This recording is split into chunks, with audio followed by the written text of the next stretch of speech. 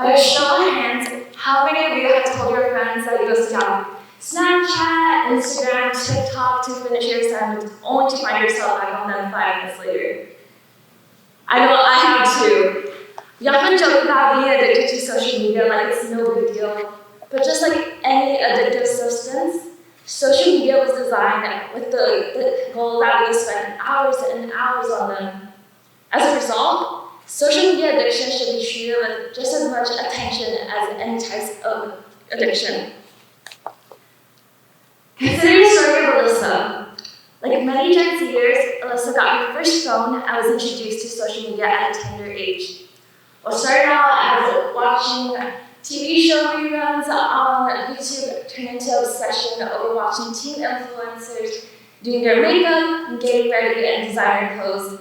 This led her to spend hours curating her perfect Instagram profile, when in reality she was struggling with anxiety, depression, and body image issues. Despite several attempts to break free from the grasp of social media, she was hooked and couldn't keep herself from scrolling on them for hours on end. Unfortunately, this is only one of the many 1,000 stories that have been shared about the dark side of social media. In response to these stories, the Florida government recently passed a bill to prohibit children under the age of 14 from having social media accounts. But this solution is like putting a band-aid on a bullet hole. We must also understand the potential risk factors for developing social media addiction so that we can address this issue from its roots. Research has suggested the role of helicopter parenting in increasing college students' susceptibility to social media addiction. However, research on this topic remains very, very limited.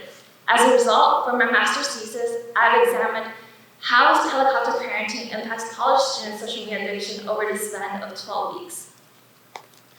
Overall, I found that by micromanaging every aspect of college students' life, helicopter parents remove college students' autonomy and opportunities to develop self-confidence to try error. This leads them to use social media as a way to escape, and thus increasing their chances of being addicted to social media. So where do you go from here? Well, now that we have identified a potential explanation for developing social media addiction, we must also consider next steps for prevention and intervention. First, parents need to be informed about the importance of promoting independence and autonomy in college students.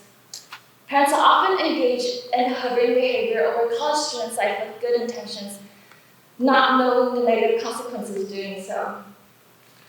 There's also a need for more educational programs and more accessible resources for college students like Alyssa, who seem to be doing fine on the outside, but in reality, behind those picture-perfect posts on social media, she's struggling. By working together at individual, community, and societal levels, I believe that we can help mitigate the harmful effects of social media addiction and promote healthier online behaviors. Thank you.